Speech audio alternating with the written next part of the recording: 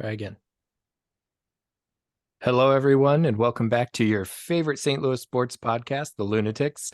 I'm here, Tyler Edwards, your host, as always, with my co-host, John, who is also enjoying a nice cold beverage as we're getting rolling. I enjoy that cup, that St. Louis City cup. John, what do we got on tap today? Oh, it's all St. Louis City today. Today is the day where we talk about how we are going to beat Kansas City back into the ground, remind them where they belong, tell them that last time at their place, admittedly, was a fluke and also helped by the refs deciding that Adeniran just should never score ever. So, yeah, I'm excited. I'm ready to go. When talking about the ref from that Kansas City game in Kansas City, I can't help but think about the wonderful, and by wonderful, I mean terrible no call of that handball in the box when AZ Jackson looked like he was going to run right around their defense. But before we really dive deep into Kansas City and things, we did have another game recently that I feel like was a pretty solid game for us while we were out at Minnesota in the wonderful monsoon. We did. And, you know, apparently it wasn't even the craziest weather that was going on that night. New York Red Bulls and someone, maybe DC United. Don't quote me on that. I don't pay attention to other teams that much. We're literally playing in a tropical storm.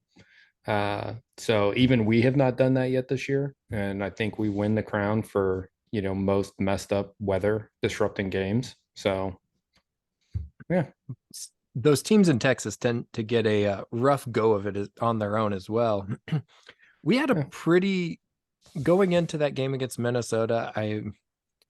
I understood what Carnell did with our lineup, but I also made me incredibly nervous. We had a very heavily rotated lineup that night. Put in a lot of our I guess what you call second string guys as the starters, but we are resting people like Klaus, AZ Jackson, Leuven, and Edward Leuven is on the bench. So it's how do you overcome that, and can our team overcome a lot of those guys starting? And then to top it all off, our two starting center backs, our pillars, Nielsen and Parker, neither one started that game, and neither one were even listed as potential subs on the bench. Nielsen makes a ton of sense to me. That guy gave everything he had, mind, body, and then maybe an extra body part or two here and there in that game against LAFC, which we talked about on our last episode. But I guess 2 episodes ago, excuse me, but our last city focused Soccer one. episode. Yeah. Yeah.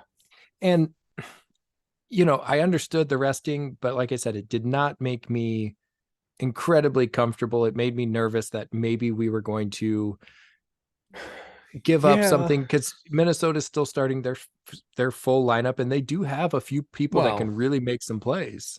minus Emmanuel Reynoso, who did not play the first time we played them. So basically, the same lineup plus a few guys you transferred in, Timu Puki and Song Ben Jung, who I texted you about how fast he looked, but really he just had to jump on Yarrow, which, makes a difference.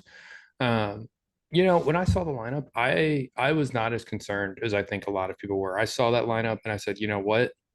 This is a lineup that can be disruptive and, to put it mildly, can be very annoying in the press for 60 minutes. And then we can bring our guys on and, really change this game. And that's really kind of what ended up happening. I mean, I think with these guys that were playing, I think when you look at like Stroud and kind of how he started off, I think he played really, really well. We've talked a lot about how he looks so much better on the right than on the left. And I think tonight or last weekend proved that. I agree. And as you well know, that I pick on Stroud left and right. And I think I was right after we finished the game, or I think right after we finished I finished the first half because I was on a slight delay from kids' bedtime from you. Uh, I texted you and said I thought Stroud looked really good for the first half. He does. He's a lot more comfortable on that right side. I actually got to see him use his left foot a couple of times and use it well. Yeah. That first shot he had that went just wide when he came up, when he kind of made that diagonal Mm-hmm. run and then came back across, and then that second time where he cut it across the middle and turned and hit that shot, especially with the rain and as wet as the field was, I didn't mind him taking that shot. I still, again, he doesn't have the power, I feel like, to really be taking a lot of those, but every now and then to keep the keeper on his toes, it's not a Yeah. bad decision. Yeah. Now, the flip side of that, is he has Jake Nerwinski on that right side with him, Hmm. who can play up, but is very good defensively at getting back. Yeah. I think, when you think about, we talked a lot about defensive backs. We had Yarrow and Bell in the middle. Yarrow additionally leaning onto that right side. Yarrow is a fast guy. He does a great Hmm. job covering and getting back. Bell played, and as it's been a while since we've seen him. When was the last time we saw him? Pretty sure it was LAFC one, which was like the first week of July. I think it second week of July. I think it was like July 10th or something like that. 11th maybe. And I mean it looked like a guy who had not played in 2 months. I don't think I've seen him on any of the City 2 lineups. A lot of those have been Bartlett and Michael Vincel. Um, and so it's really hard to come out and look sharp right off the bat. I think he did fine, but I think you could tell there's a little bit of rustiness there. I agree, but his athleticism plays, and he is such an athletic guy. He made up for some of that. It was sad Mhm. to see him kind of, have to leave the game with some looked like some cramping issues early, because Yeah, I really wanted him to get those minutes just right. because it'd been so long. But he didn't play terribly. Yarrow really showed his speed. I Hmm. know we talked about Sambing and his speed, but really Yarrow ran step for step with him the rest of the game Yeah. after that first run. And that first run was Yarrow was coming up to kind of follow his guy, and he was already a full head of steam. Hmm. So in the time that it took Yarrow to turn around, kind of made Yarrow look slow, but the rest of the game he did a great job. And then the last thing, on that back line, right, is Hebert. Hmm. So Hebert at left back, well, we play him there as a necessity, I guess, if you will, because I guess Nelson has lost all faith from Carnell. Yeah. I mean, I don't even Uh, know the last time Nelson was in the lineup. It had to be pre-Leagues Cup, maybe pre-Leagues Cup before Marcanic came for sure. oh yeah, no, and so Hebert does not fit well as a true left back. Um, when Bell came off, Marcanic came on in the second half, Hmm. and Hebert moves into center back. And we've talked about this, and you've always said this since before we had the podcast. Hmm. Right. Hebert is so much better at as a center back. And he Oh did, yeah. and he showed that, and he looked more comfortable. He understood his assignment better, and there was a lot less gaps in coverage there. But the other thing that I really struggle with him on the left side is that offensively, we lose so much ability to move the ball. Hmm. Stroud is not strong on the ball. I've said it, and I'll continue to say it. And I understand Stroud's place on the team. He Right. runs his ass off. He does a great job pressing, and honestly, he makes the right runs. You watch him Oh offensively, and he's yeah. making great runs.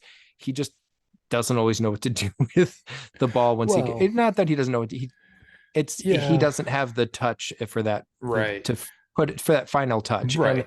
that's it is what it is. I'm not saying we need to get rid of Stroud, but it's a different look. Right.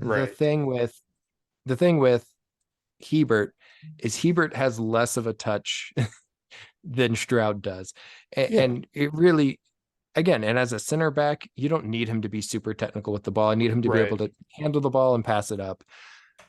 My concern there is, and I think this may also play into some of the hate that Stroud has gotten, is that Stroud has played on the left a lot with Hmm. Hebert.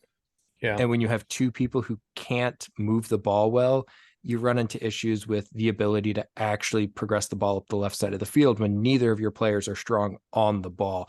And Right. so I think it was smart splitting them up. And I think that's possibly why Stroud plays better on the right. Because even Hmm. though Nerwinski's not the best on the ball, he's still comfortable with it at his Oh, feet, for much more sure. so than Hebert is.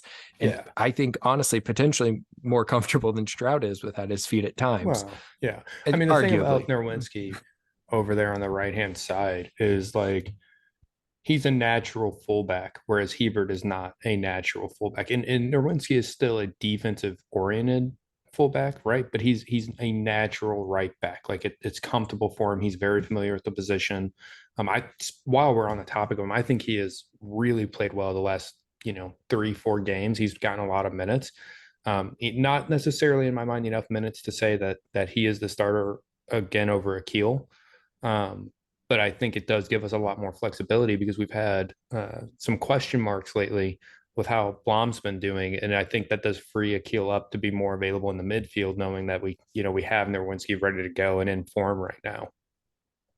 No, I agree. And it's always good to have additional defenders in form, especially with playoffs looming.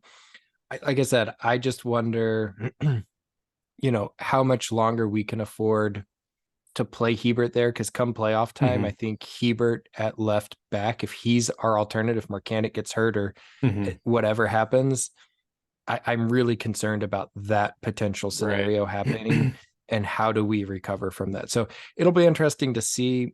And again, this is not me hating on Hebert. I think he's still a fine player. It's just not But his if you position. can't play him at if you can't play him at his position, he does not have the growth, and he's still young, but he Right. hasn't had the growth and he doesn't have the understanding to really be able to Right. play that left back position comfortably. Right. And so I think that's something to think about. You had something at the very early on here, and I kind of skipped over it in our timeline. It looked like you wanted to get off running here with a 10-second yes or no, which is one of your favorite segments. Yes, we'll come back to that because Okay. it's we let's talk about it with the subs actually, which I think we can probably go straight into the subs, because then we can talk about some goals. But I thought as far as the subs go, I thought the subs, I have no complaints with the subs this time. They were made at the right time. They were the right players that we needed to come in to change the game, and they completely changed the look of our team and how we played. At the 60th minute, they brought in Klaus, AZ, and Leuven. Just was fantastic. Immediately, the entire outlook changed. That whole first half, we were playing very defensively. We didn't really look like we could get forward too terribly much. Um, but then when they came in, suddenly it was, hey, this is still St. Louis City. We are still a high press team. We dictate the way this game is going to be played. We're going to give them the ball, but we're going to dictate their movement and control where they're passing it, and we're going to pounce when it's our opportunity to get it.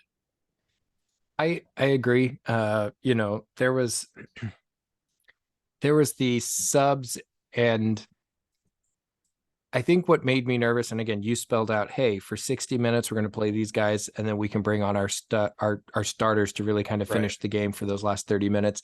What really worried me about this game was that Carnell was going to do what he had done a lot earlier in the season, less Mm-hmm. of late. He's been more aggressive with subs lately, but I was Right. concerned that he was going to wait till the 75th, 78th Absolutely. minute, and that's Absolutely. when he was going to bring on the subs. And in that way, I almost feel like the penalty kick, which was warranted. I'm not going to Mm-hmm. argue this Yeah. penalty No, kick. it's you can't do that. And Berkey knows that. Berkey, but Berkey tried to save a goal, right? At least he's got a Right. chance on the On a PK pen. rather Yeah. than and so I don't disagree with what Berkey did. But what my thought is here is he that penalty kick, us going down 1-0, BC knowing that we need those points to fight for home field advantage. We need to Mm-hmm. stay ahead of LAFC, especially after that 0-0 draw on Mm-hmm. Wednesday night. We needed to do what we could to change the pace of the game. And I thought he pulled the right strings. And I think he pulled out the right players too, because that's always something that, Sure. I'm always a little concerned. Who do you pull out? Who do you put in? Who's playing well? And I think he left the right guys in, and I think he pulled the right guys Right. off. And he pulled Stroud off. And again, we needed some offensive firepower. That's something that's not Stroud's specialty. Sure. So by pulling Stroud off, that made sense. Ostrak had been running his butt off. And we've talked about it before. Ostrak is the one of the best players for 45 to 60 minutes. Mm-hmm. Full 90. He loses a little bit of that advantage he has of just going balls to the wall that whole time. Right. So, Absolutely. so I agree with who we pulled off. I think we pulled the right guys off. We had a couple other guys that were playing really well. Um, Correct me if I'm wrong, but the third guy we pulled off was Indy Mm-hmm. Vasilev. That is And, correct. Yeah. I'm okay pulling Indy off, but for bringing Leuven on, because as long as you have one of those two there, Right. you're dangerous on set pieces. Right. Um, and Indy was He was fine. arguably gassed a little bit because I mean he ran his absolute ass off on Right. Wednesday night. And Right. so, I think it was good to save Indy's legs a little bit potentially as Mm. well. So one of the things that you said that I really liked was you talked about how he left the right guys on the field. And specifically when you say that, the two people that come into my mind are Celio and Blom for this game. And it wasn't just after the subs, but it was just the whole game. And I know we posted Blom's highlight reel from this game. And like the first I don't know, 4 minutes of clips or whatever it is just you see a Minnesota player with the ball, and then just out of nowhere, you see Blom just dead ass sprinting off screen to just come up and take it. And the Minnesota players just like don't even have time to react. They don't even like realize he's coming for them. And then there's that one sequence where he steals it from, I think, Timu Puki, and then tries to, clear it. And he gets a bad touch on the clearance. It goes like straight to a Minnesota player. Shit happens, right? But then they pass it back up, and then here it comes from off screen again to take it back again from them. And I'm just like, that's why we have him. That's why we So have him. this was Blom at what I think is his most value, was highlighting those plays. Mm-hmm. Yeah. If you guys have not seen it, go check out our Facebook page. We've got that video posted there. It was phenomenal the way that he was coming back and tracking back and playing that stopper role, that defensive Mm-hmm. center midfielder, the way that he does.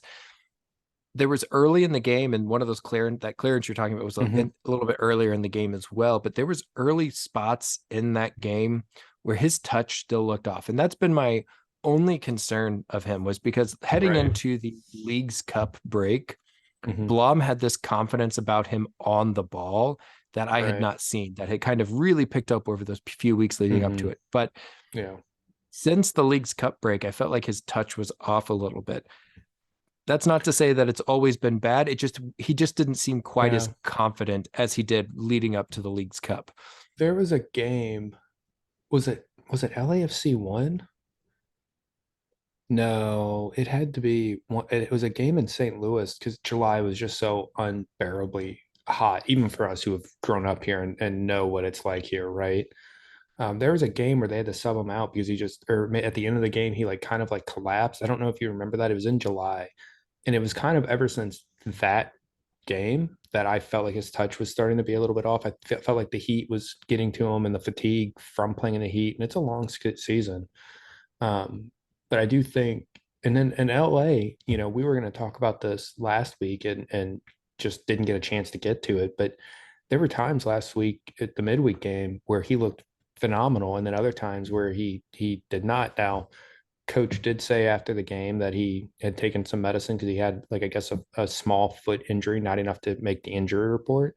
And I guess it was making him dizzy or upsetting his stomach or something. Um, and so that could definitely have an effect when playing at this level. But it was just good to see him back to who we think of him as. Yes, no, I agree with that 100%.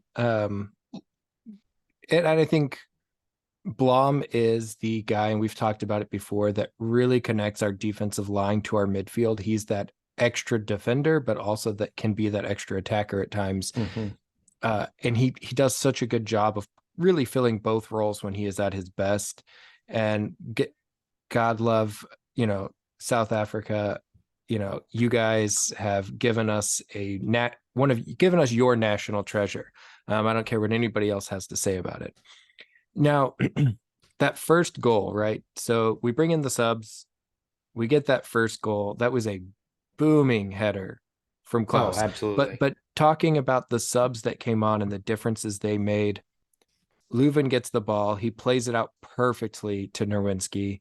Nerwinski hits a beautiful cross.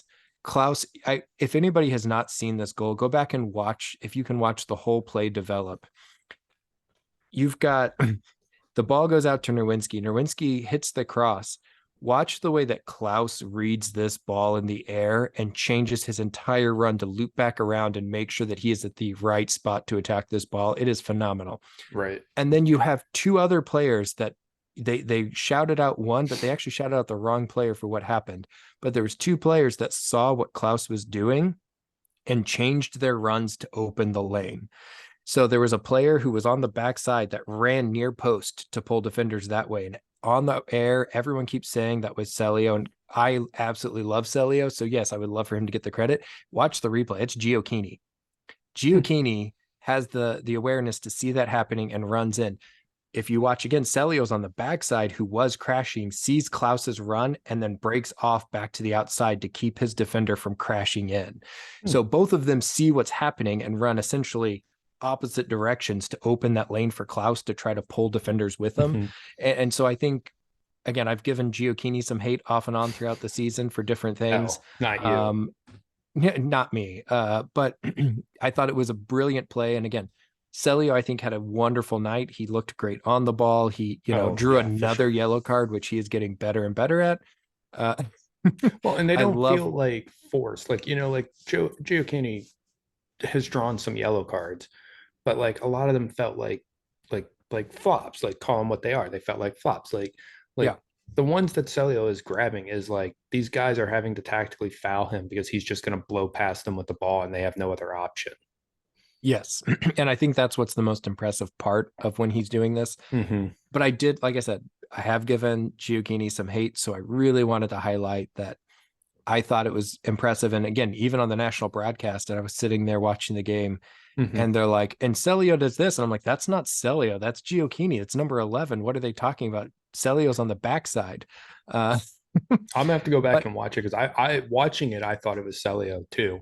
So but then again, these guys also said that Tim Parker had a kid like 2 days before the game. So like oh, I'm surprised they even yeah, know who's they even on our said Tim team. Parker had a kid, and then they talked about how Giochini just had those 2 goals Oh on yeah, and, Wednesday. against Austin, Uh, yeah, on Wednesday, but yeah, I yeah, saw he that did have 2 goals against Austin on a recently, but on a that was Sunday like like 2 months ago, two 6 weeks months ago. ago. So Yeah, you know, eh, you know, Apple, maybe they should hire us to start announcing some of these games.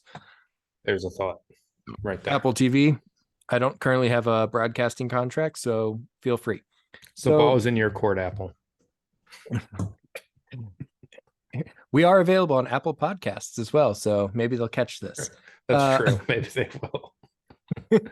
You know what I loved about that Klaus goal before we move on to the second one though?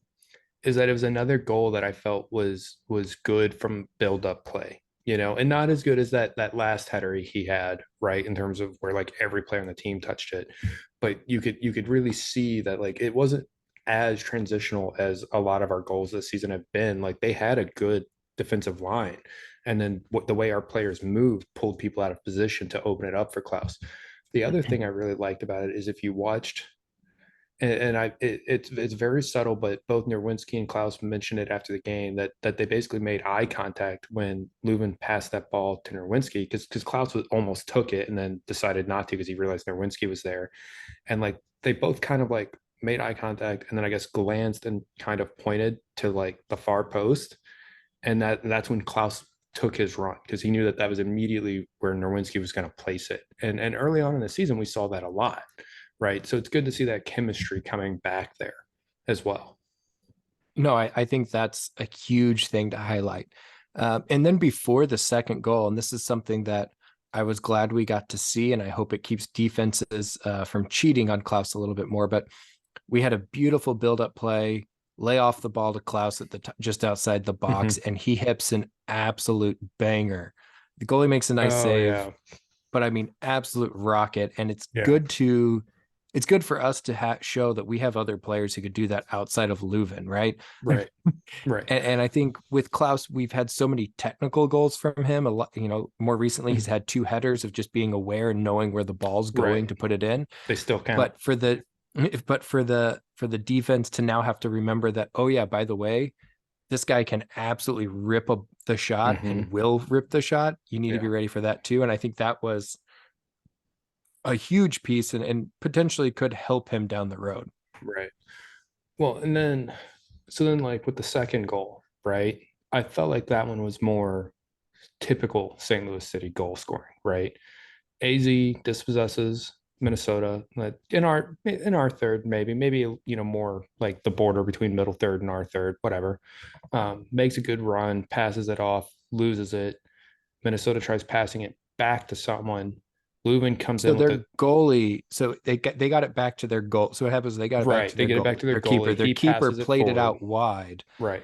Leuven comes in with that hard tackle, which was fair. It was a fair hard tackle, but still a hard tackle. Um, Gets it, and then AZ grabs it again. And this whole play, I'm just thinking like, oh my god, if we score here, this whole sequence is because of AZ. Like we need to add this again to his highlight reel, like that run he had at LA Galaxy, I think, where they just kept fouling him and he wouldn't go down.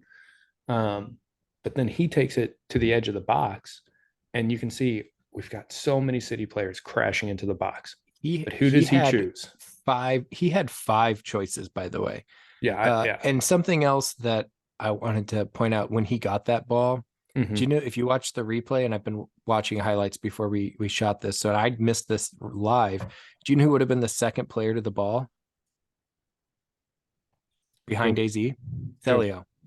Really? That makes sense because Celio was Celio running was into about the a box. step and Yeah. a half behind AZ, and about a step behind Celio was the defender. Right. So Because he crashed into both the of the box right ahead of Blum. correct. So yeah, Yeah. but then we had guys crashing in the box, but not just crashing in the box, but moving to different positions and different Mm-hmm. places. They're not Right. all going to the same place, which has been an issue for us at times Yeah, where we have definitely. two or three guys standing in one spot and it's like not understanding how they're going to play off of each other. And I thought that Mm-hmm. was a huge thing. But who does he find, as you said? Our Jabula Blum. wonderful, our South African treasure. That's that's exactly what it is. Why don't you describe it? Describe it to the listeners in case they didn't watch it. So it was beautiful. So AZ Jackson comes in, he gets the ball just at the outside edge of the 18 towards the touchline, cuts it back, and Blom's coming in. He hits Blom with a pass right up at the top of the 18.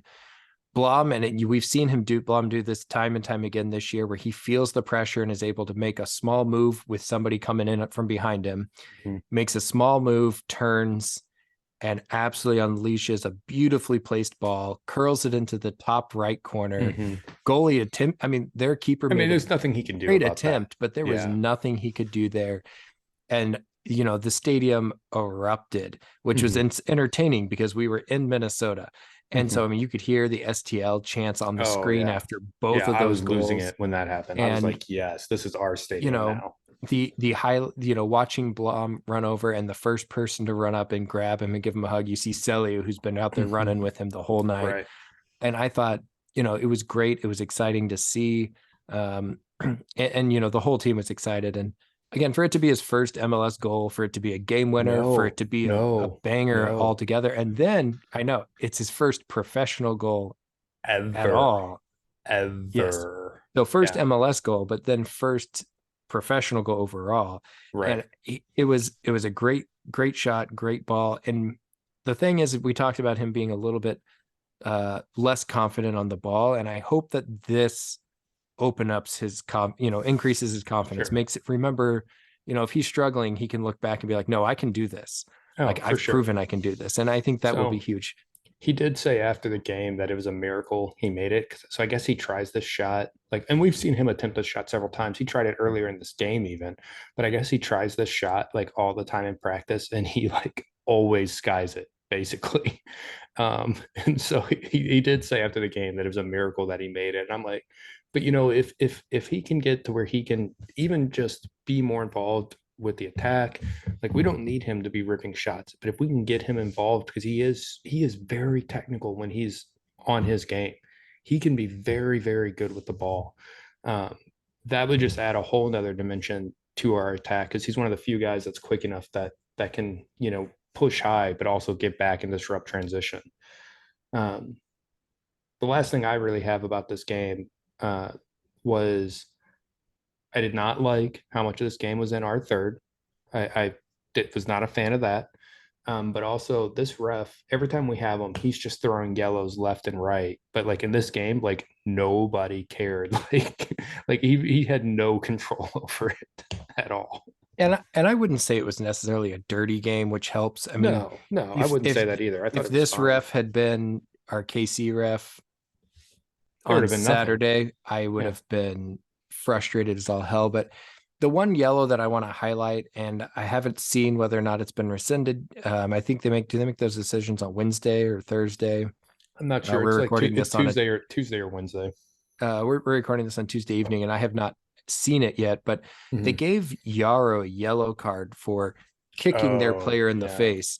If you rewatch the game, yes, there could have been a foul called. He was kicking high, but he actually kicks the ball, and the ball is what hit the player in the face, not his foot. So I Hmm. still think that that yellow could and should be rescinded. So I think that'll be interesting to watch to keep those accumulations down for Yarrow down the stretch here. A couple other things on this game before we jump into this next little bit. Celio did look great. I felt like for most of the game, those last 5 to 10 minutes, he looked gassed, and that's not without good reason. I mean, the guy was running his ass off the entire Hmm. night, but Yeah. he looked absolutely gassed those last 5 to 10 minutes. And I think if you had some fresher legs there, maybe that helps. I'm not sure who you bring in there, but that I think would be big.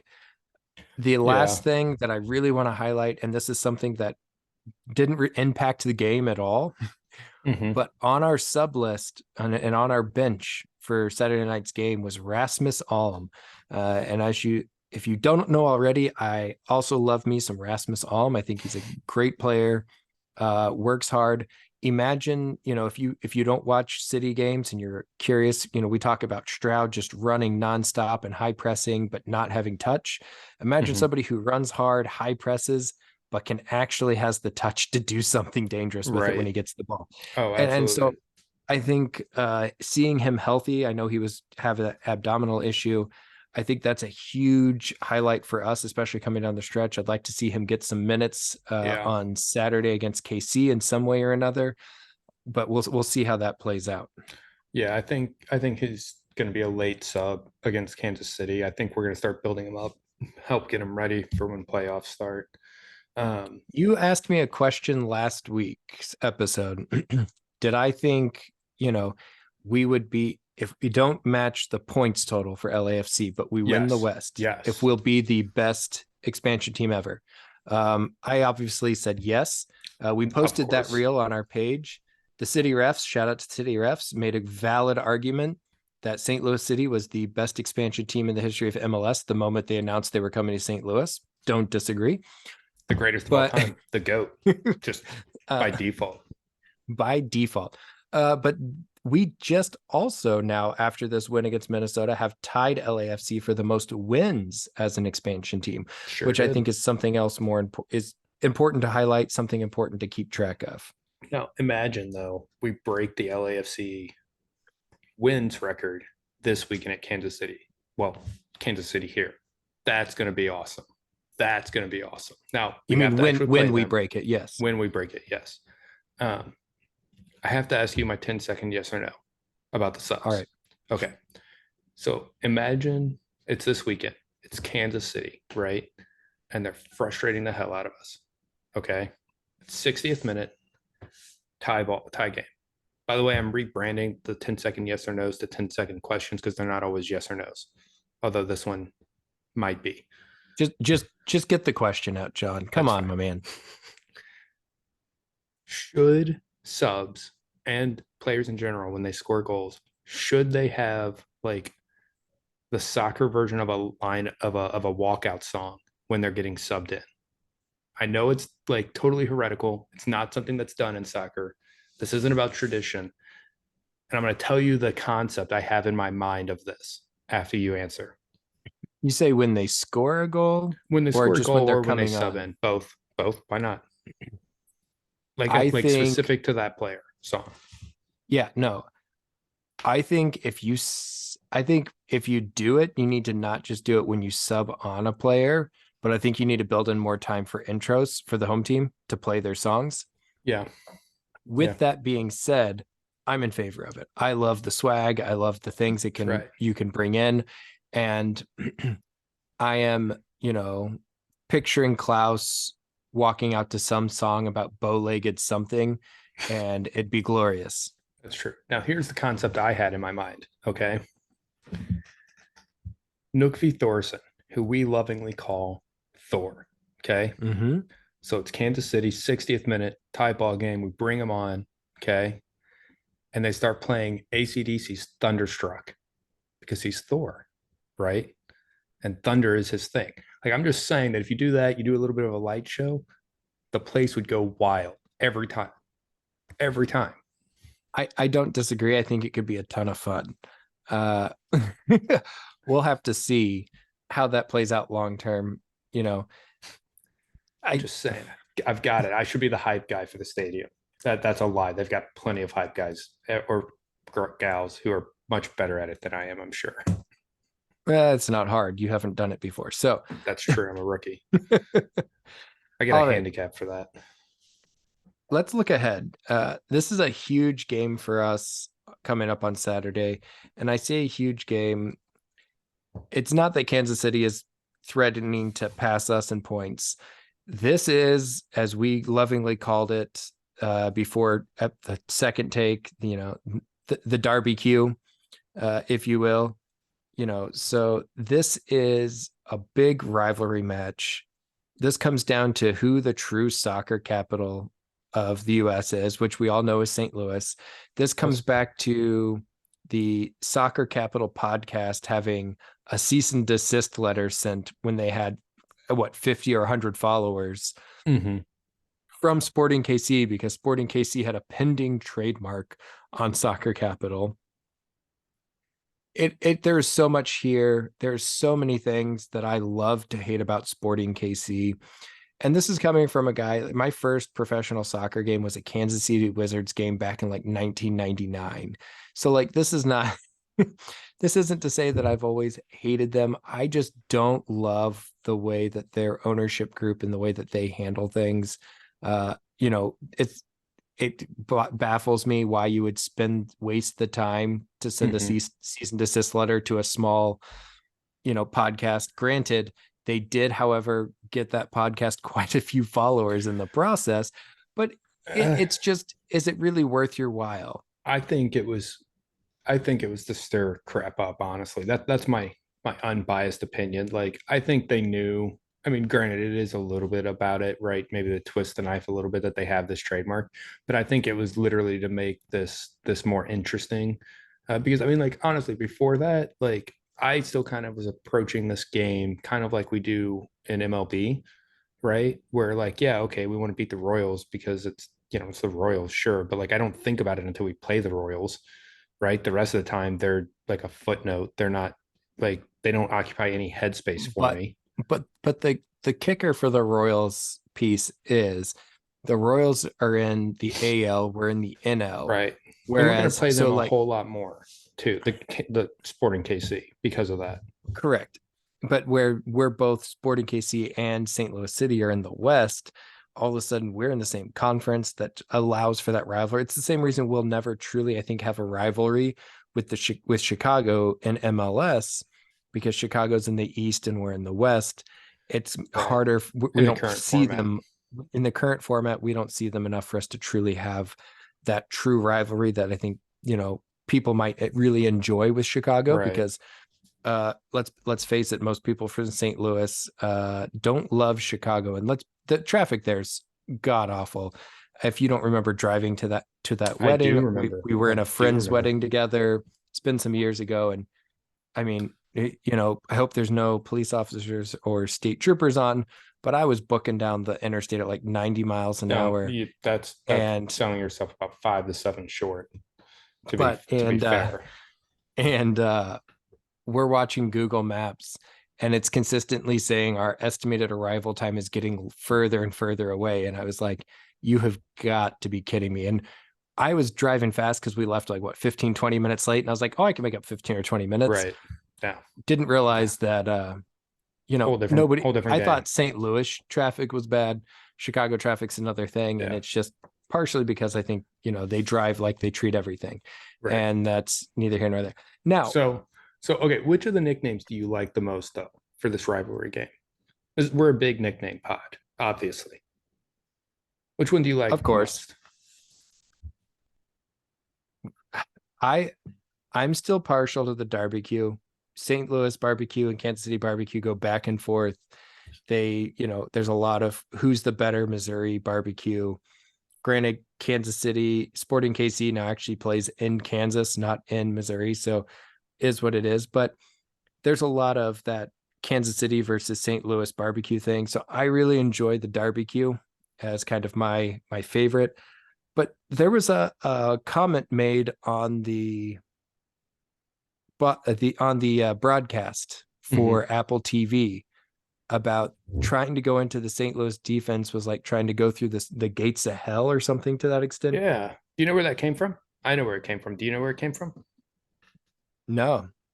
So early in the season, Lutz, uh, in one of the interviews, this might have been right before the season started, basically, alluding to how St. Louis is known as the gateway to the West, said that he wanted City Park to feel like the gateway to hell when opponents come play there. He wanted them to really like be intimidated, be like kind of like anxious about playing there, like knowing that it's going to be a tough environment to play in.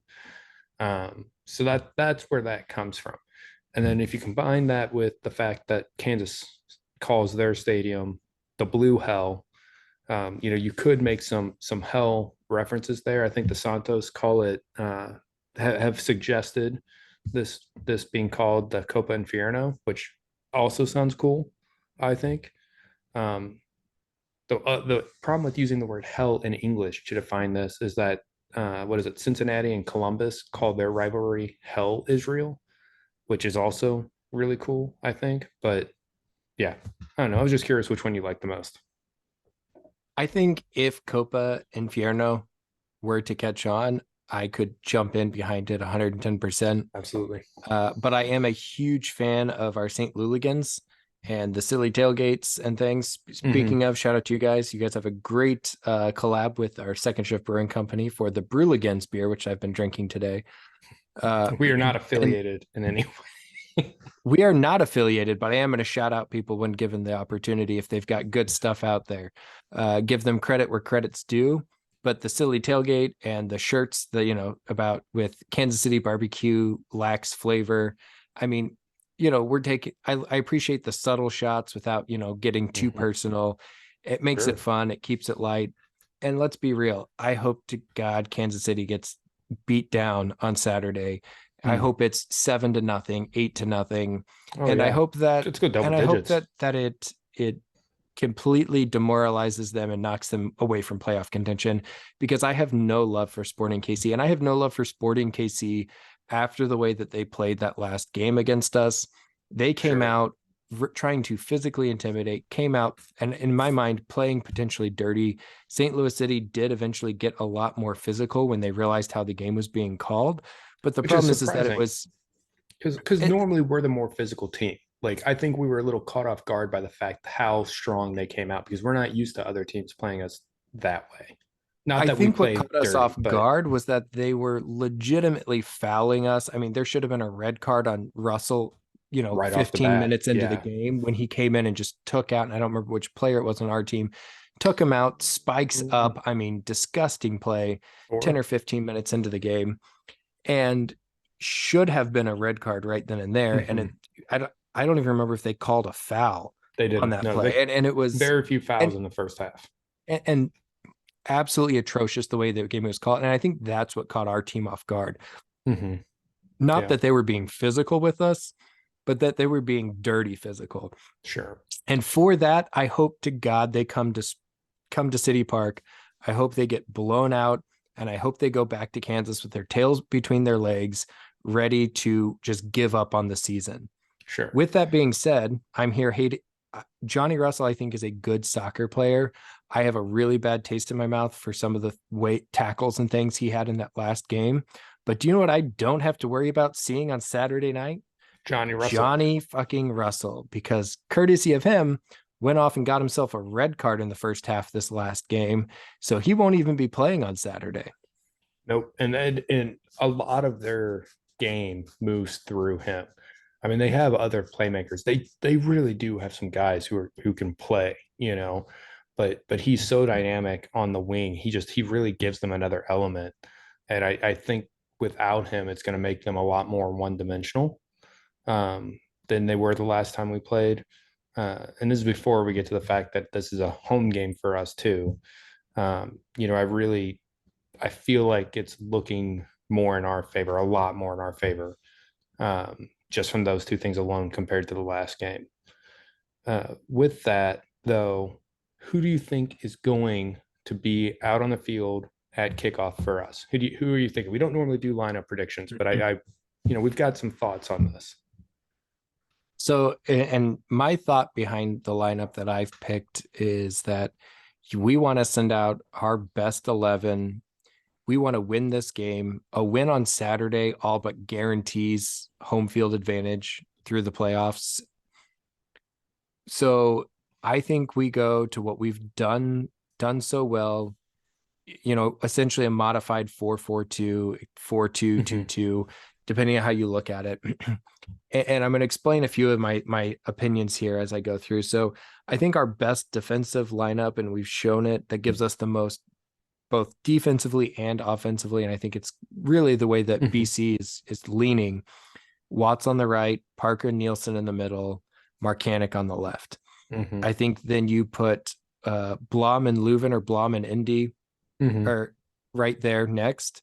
Both Leuven and Indy are, two of your better center midfielders. Blom is that stopper that we need. He showed it Right. this last game. Then you've got Leuven and AZ, or Indy and AZ. You can play with Leuven and Indy and kind of move them back and forth. Sure. Blom and AZ are, Blom's much more off defensive. Mm-hmm. AZ is a lot more offensive. So those two kind of play up and back. But I think having Indy and Leuven really gives you some flexibility there. Mm-hmm. And then I think you have Klaus up top. Mm-hmm. And I think you start Big Sam. And the reason that I say that is that Big Sam gave their defense absolute fits Sure. the last game we played. Sure. He Now, did play very well against them. now with that, the kicker to that is I still think Giochini plays better with Klaus and understands Klaus better. I mean, we Sure. saw it on the way that they were playing when Klaus came in as a sub on Saturday. But I think because Big Sam really runs and the way that his speed plays, Kansas City doesn't have an answer for that defensively. And I think now that Klaus's touch and form is looking Mm-hmm. better and coming back, Sure. I could very much see Klaus playing with his back to goal and laying off some balls for Big Sam to run through on that could Mm-hmm. create some havoc. And I think that's my ideal lineup. I think your potential subs in this scenario, as far as, offensively goes, you've got Giochini. If Big Sam looks like he's not, the only person who can beat Big Sam is Big Sam right now.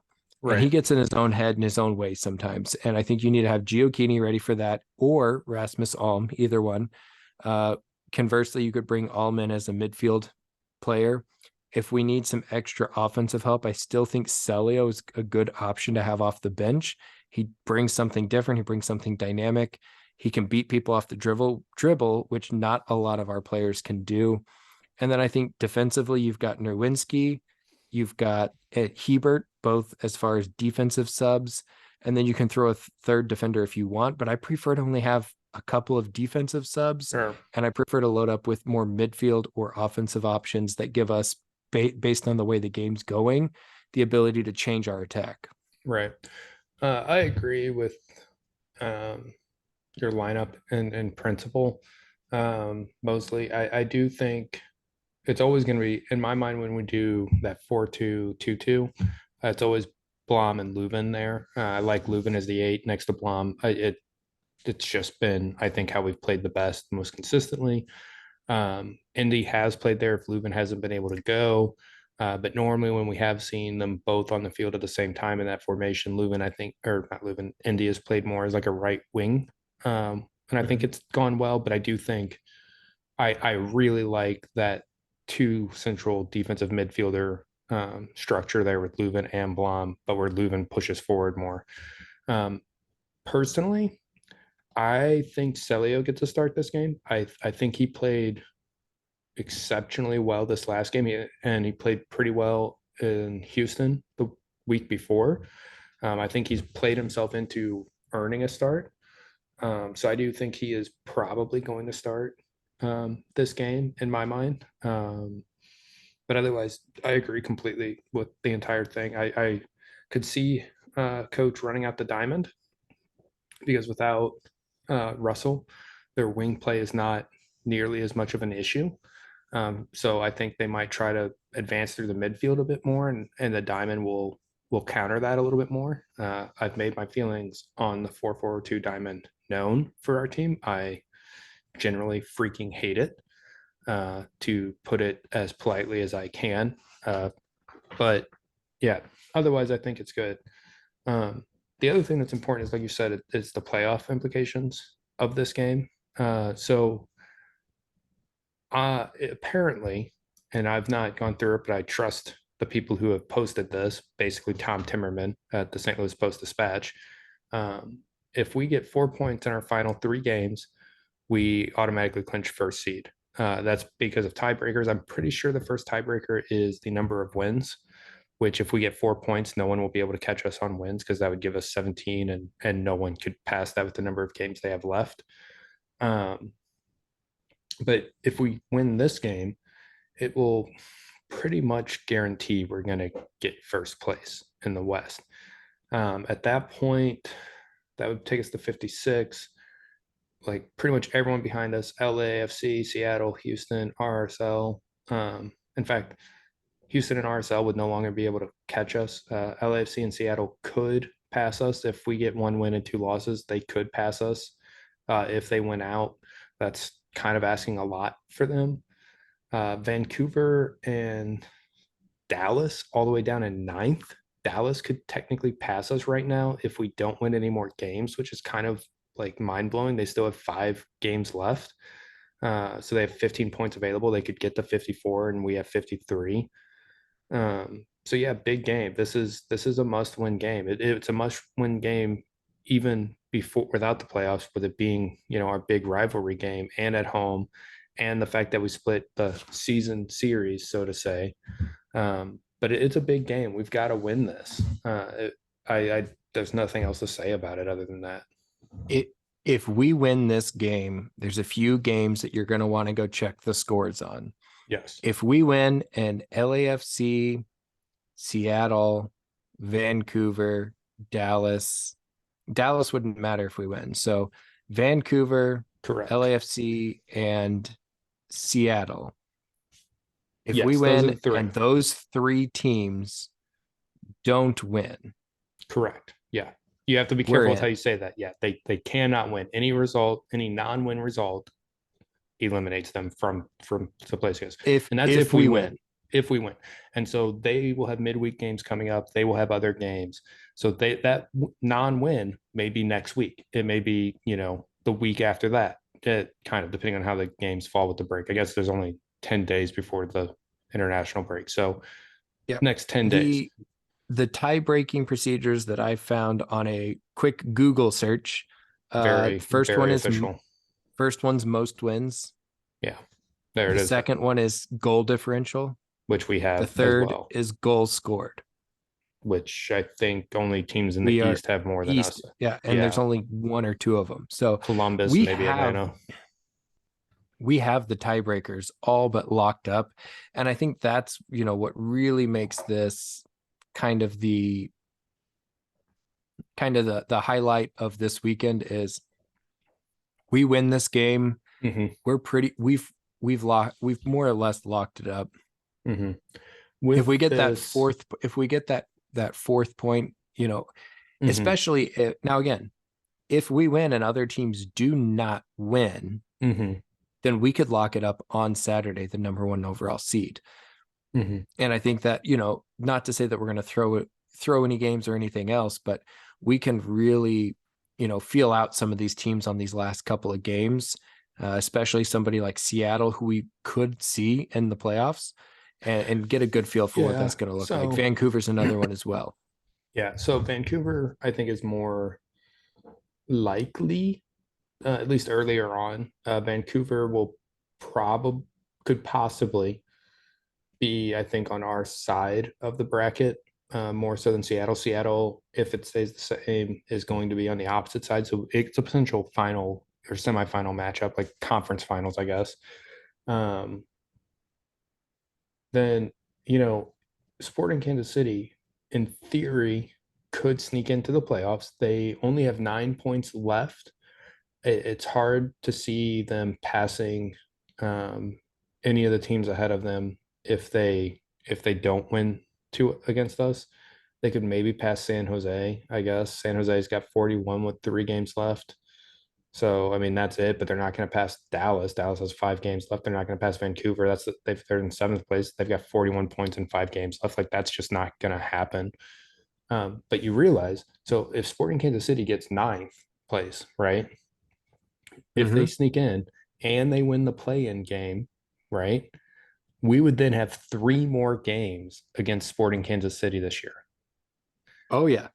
Like we would play 6 games against them in a year. Like, I mean, I'm just gonna hate them just because of that if that happens. I already hate them, so I don't need extra reason to Don't hate need them, extra. Right. but I will take it and I will run with it until the end of time. The piece for me with that, and I think if we did get to play them in the first round of the playoffs, with the first round being the only round that has 3 games, I will do everything in my power to sit there and make sure I am at all 3 of those games. Oh, for sure. For sure. Um, the other thing that's good to know before we kind of go into like kind of predicting how the rest of the season will look for us is if we get this win, we do automatically lock up the top 4 seats. So we will have home field advantage for at least the first round, no matter what, if we get this win. And that's a good feeling, and that's because of the tiebreakers with Vancouver specifically. Um, but yeah, so predictions for the rest of the season. Okay, what do you think? How many points do you think we will get, and what seed in the playoffs do you think we will get? The seed is probably pretty easy. I think we're both going to guess the same. I think that we end up with 57 points and the number 1 seed. Hmm. I think we end up with 59 points in the first seed. And I'm going to go another step. I'm going to tell you where I think it's going to come. I think we beat Sporting Kansas this weekend. Okay. I think Wednesday we beat Vancouver because I don't think all 3 of those teams are going to lose on Saturday or not win. I think one of those 3 teams is going to win. And so I think we're going to be playing to try to get, one more win out. That would, set the record. That would lock it up for us. It would, kind of solve all of our issues if we just beat Vancouver as well. So I think we're going to go for it. And the other thing is, if you look at Vancouver's schedule, so they've had a ton of fixture congestion, and they still have 2 games in hand on us, sure, but they've been playing Saturday, Wednesday, Saturday, Wednesday, Saturday, Wednesday, etc. By the time we play them, it'll be like 4 weeks of that, and so I could see them being really kind of worn out, and knowing that they still have another game 4 days after that. Like I could see them, you know, really kind of struggling in that game against us, especially if we come out and say, you know what, we are going for this tonight. And then I think we're going to have it locked up and we're just going to like not really give a shit against Seattle, who might still have stuff to play for. So, I think I agree with a lot of what you said, but I think we go to Vancouver and I think that's the game of the 3 that we lose. really, And and it's not because I think Vancouver's the best team, but going to the West Coast can be tough. It's a big it's a long long travel, flight. That's a very especially on a long flight. short week, Yeah. on a short week. Yeah. And Where do they then play? Keep going. to turn that around, Vancouver's still pissed off about the game in St. Louis. And I think that that is going to play into them coming out with a fiery passion for that game Sure. that we aren't Sure. going to have. And I think they come out and they beat us 1-0, 2-1, potentially. I think that we then tie Seattle at home, knowing that essentially all we have to do is tie the game. We get a goal, 1-1 type tie, and we Sure. load up on defense to grind out the tie and make sure we have that top overall seed. I thought we were going to get lucky. I was pretty sure they were playing against DC United this weekend, and they are. And I was like, man, if they have to fly from DC back to Vancouver, like that's probably even better for us because that's 2 hours farther of a flight. But no, the game on Saturday for them is in Vancouver. Um, So yeah, I have I don't know. It'd be good. It's gonna be a fun game to watch. That's for sure. I have one question for you, Okay. and Okay. this is I'm ready. a big question, and it's something that I think about a lot anytime Sporting Kansas City comes up. Absolutely. Was the name change from the Kansas City Wizards to Sporting KC the worst name change in the history of MLS? Hmm. Hmm. Hmm. I'm trying to think of some of the other name changes, and I don't.